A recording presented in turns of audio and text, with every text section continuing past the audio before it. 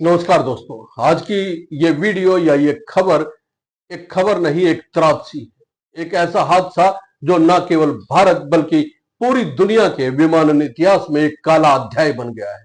अहमदाबाद में air India का Boeing 787 Dreamliner crash हो गया है।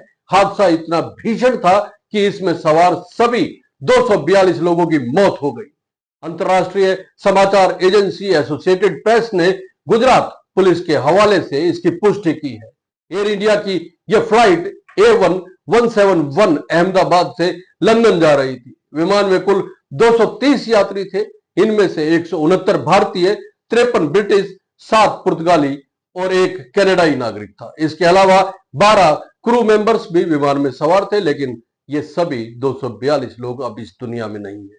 यह हादसा टेक ऑफ के कुछ ही पलों बाद हुआ। दोपहर 1:38 पर फ्लाइट ने अहमदाबाद एयरपोर्ट के रनवे नंबर 23 से उड़ान भरी और महज 2 मिनट के बाद यानी कि 1:40 पर विमान एक रिहायशी इलाके में जाकर क्रैश हो गया। यह इलाका अहमदाबाद के सिविल अस्पताल के पास का है, जहां डॉक्टरों के हॉस्टल्स हैं। हादसे के वक्त हॉस्टल में करीब 50 से 60 डॉक्टर मौजूद थे, जिनमें से 15 घायल हुए और कुछ की मौत की पुष्टि हुई है।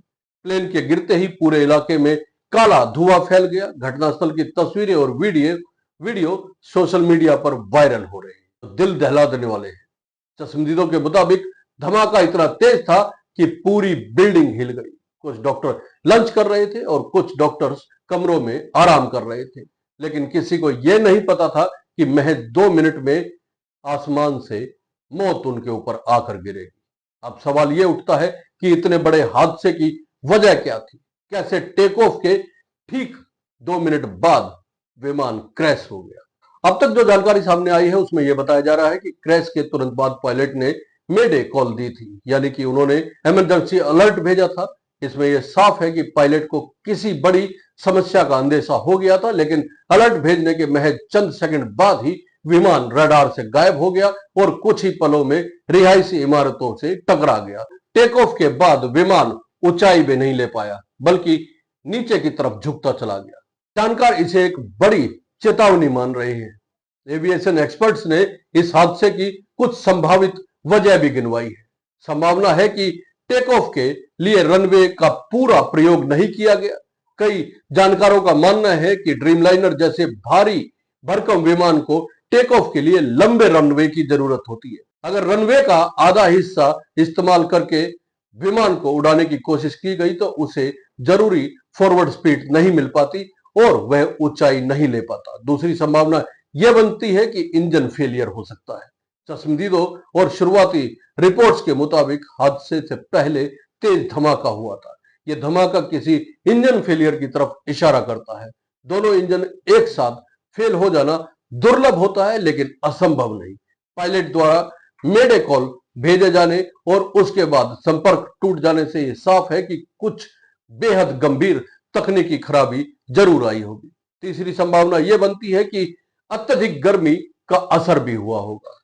जब यह हादसा हुआ उस वक्त अहमदाबाद में तापमान 43 डिग्री सेल्सियस के करीब था। एविएशन के जानकारों का कहना है कि इतनी गर्मी में हवा की डेंसिटी कम हो जाती है, जिससे विमान के इंजन को जरूरी पावर नहीं मिल पाती।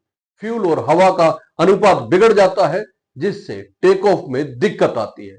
संभावना यह भी बनती है कि विमान बहुत भारी था। ड्रीमलाइनर विमान लंदन जाने वाली लंबी उड़ान के लिए पूरी तरह फ्यूल से भरा हुआ था, यात्रियों से भरा हुआ था, सामान से भरा हुआ था। ड्रीमलाइनर में करीब 1.26 लाख लीटर फ्यूल आ सकता है या भर सकते हैं। टेक ऑफ के वक्त फ्यूल की मात्रा अधिक थी। जब क्रैश हुआ तो भारी धमाके के साथ सारा फ्यूल जलने लगा। इसका नतीजा यह रहा कि बेहद तबाही वाला मंजर देखने को मिला। अब सवाल यह उठता है कि क्या यह पहला मौका है जब बोइंग 787 ड्रीमलाइनर हादसे का शिकार हुआ है? तो इसका जवाब है कि नहीं। बोइंग 787-8 ड्रीमलाइनर, जिसे ड्रीमलाइनर कहा जाता है, अपने लॉन्च के समय से ही कई विवादों में रहा है, लेकिन इसका कोई हादसा अभी तक इतना बड़ा देखने को नहीं आया था। हाँ, खामियों का केंद्र यह जरूर रहा है। इसके साथ कुछ विवाद भी जुड़े रहे हैं। उन विवादों पर भी एक बार बात कर लेते हैं। पहला विवाद यह है कि बैटरी में आग लगना। 2013 में जापान की 2 एयरलाइंस ने अपने नए ड्रीमलाइनर विमानों की उड़ानें बंद कर दी थी क्योंकि उसकी लिथियम आयन बैटरी में आग लग गई थी। एक विमान में यह आग पार्किंग के दौरान लगी थी, जबकि दूसरा विमान उड़ान के तुरंत बाद प्रभावित हुआ था। नतीजा यह रहा कि अमेरिका के FAA ने दुनिया भर में ड्रीमलाइनर की उड़ानों पर 3 महीने तक रोक लगा दी थी। दोस्तों, अब विवाद नंबर 2 की बात कर लेते हैं और यह जुड़ा हुआ है मैन्युफैक्चरिंग डिफेक्ट के साथ।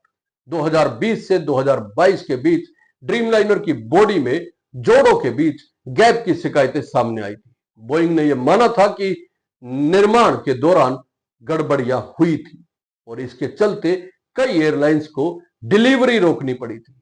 FAA ने बोइंग की निगरानी भी बढ़ा दी थी। एक विवाद और है दोस्तों, बात एक विसल ब्लोअर के दावे की करते हैं। 2024 में बोइंग के पूर्व इंजीनियर सैम सालेह ने दावा किया था कि ड्रीमलाइनर की बॉडी के हिस्से उड़ान के दौरान टूट सकते हैं। उन्होंने यह भी कहा था कि जो तकनीक इसमें इस्तेमाल की जा रही है वह मानकों के अनुरूप नहीं है।